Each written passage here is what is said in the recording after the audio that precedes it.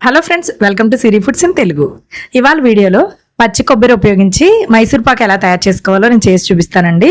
చాలా చాలా టేస్టీగా ఉంటుంది. చాలా సింపుల్గా తయారు చేసుకోవచ్చు. కాకపోతే తయారు చేసుకోవడానికి కొంచెం టైం పడుతుందండి. అస్సలు పాకం పట్టాల్సిన పని లేదు. పచ్చి కొబ్బరి పాలు ఉపయోగించి చక్కగా మనం ఈ కొబ్బరి మైసూర్ పాక్ని తయారు చేసుకోవచ్చు. బర్ఫీ అని కూడా అనొచ్చండి. ఈ మైసూర్ పాక్ తయారు చేసుకోవడానికి ముందుగా ఒక కొబ్బరికాయ తీసుకోండి. ముదురు కొబ్బరికాయని తీసుకుని దాన్ని పగలగొట్టి ఇలా చిన్న చిన్న ముక్కలుగా చేసుకుని దాని వెనకాతలు ఉన్న బ్లాక్ కలర్ పార్ట్ అంతా కూడా మనం తీసేయాలండి. తీసేస్తే మనకి చక్కగా చూడడానికి తెల్లగా చాలా బాగా వస్తుంది. అలాగే రుచిలో కూడా చాలా డిఫరెన్స్ ఉంటుందండి. ఇలా తీసుకున్న ముక్కల్ని మిక్సీ జార్లో వేసి కొబ్బరి కూరని తయారు చేసుకోండి. మెత్తగా గ్రైండ్ చేసేస్తే ఇలా కూరలాగా తయారవుతుంది. చూడండి, ఈ విధంగా మనం ఆ నల్లగా ఉన్న పార్ట్ అంతా తీసేసాం కాబట్టి చక్కగా కొబ్బరి కూర కూడా చాలా తెల్లగా వస్తుందండి. స్వీట్ కూడా తెల్లగా వస్తుంది. ఇప్పుడు మనము ఇలా గ్రైండ్ చేసుకున్న ఈ కొబ్బరి కూరని కొలిచి తీసుకుందామండి. అందరికీ అర్థమయ్యే విధంగా నేను మెజర్మెంట్ కప్తో చెప్తున్నాను. మీ దగ్గర వేరే కప్పు కానీ లేదా ఒక గ్లాస్ కానీ కొలతగా తీసుకోండి, పర్వాలేదు. మెజర్మెంట్ కప్పు తోటి 1 కప్పున్నర కొబ్బరి కూర వచ్చిందండి. కొబ్బరి కూరని బట్టి పంచదార వేసుకోవాలి. ఇప్పుడు మనం మైసూర్ పాక్ తయారు చేద్దాము. ఈ తయారు చేసుకోవడానికి ఖచ్చితంగా అడుగు మందంగా ఉన్న మూకుడు పెట్టుకుని స్టవ్ ఆన్ చేసుకుని 1/2 లీటర్ పాలు వేసుకోండి. 1 కొబ్బరికాయకి 1/2 లీటర్ పాలు అయితే సరిపోతాయి.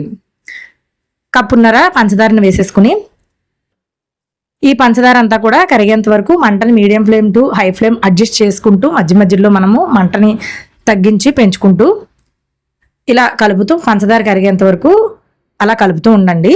చూడండి, పంచదార పూర్తిగా కరిగిపోయిన తర్వాత మనకి పాలు అంటే పంచదార అంతా కరిగి అదంతా కూడా పాలల్లో కలిసి పాలు కొంచెం పలచబడిపోతాయండి. మనకి కలర్ కూడా తెలిసిపోతుంది. ఇలా ఒక పొంగు వచ్చేసిన తర్వాత ఒక్కసారి కలిపి మనము ముందే గ్రైండ్ చేసుకుని పక్కన ఉంచుకున్న కొబ్బరి కూరను కూడా పాలల్లో వేసేసుకుని ఎక్కడ ఉండలేకుండా 1 నిమిషం పాటు బాగా కలిపేసేయండి. మంటని మీడియం టు హై ఫ్లేమ్లోనే మధ్య మధ్యలో అడ్జస్ట్ చేసుకుంటూ ఉండండి. సిమ్లో పెట్టద్దు. ఇలా ఒక్కసారి కలిపేసిన తర్వాత ఈ కొబ్బరి కూరని పాలల్లో బాగా ఉడకనివ్వండి. ఇలా చక్కగా ఉడుకుతూ ఉంటుందండి. మనకి ఈ మైసూర్ పాక్కి కావాల్సిన కన్సిస్టెన్సీ తయారవడానికి 15 నుంచి 20 నిమిషాల టైం అయినా పడుతుందండి.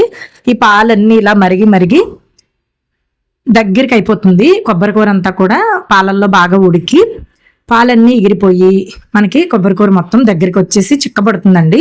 మనకి పాలకోవా ముద్ద ఏ విధంగా ఉంటుందో సేమ్ అదే విధంగా వస్తుంది. చూడండి, ఈ విధంగా అన్నమాట.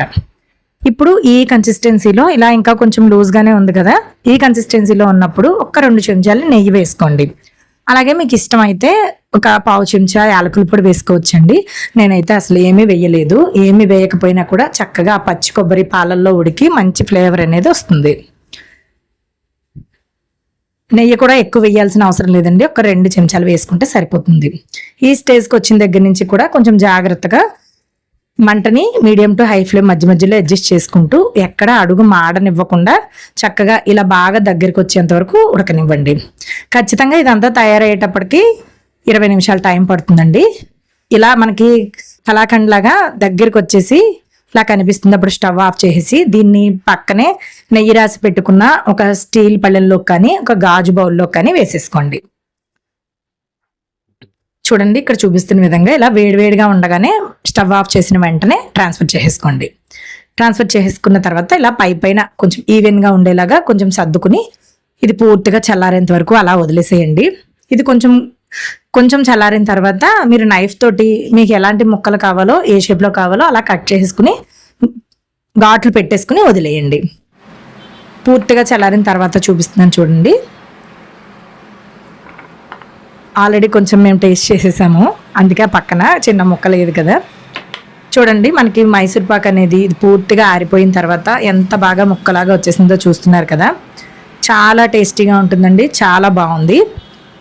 ఇంతేనండి, మనకి పచ్చి కొబ్బరితో మైసూర్ పాక్ అనేది చాలా ఈజీగా తయారు చేసేసాం కదా. దీంట్లో పెద్దగా టిప్స్ అంటూ ఏమీ ఉండవండి. చాలా సులువుగా ఎవరైనా ఈజీగా తయారు చేసేసుకోవచ్చు.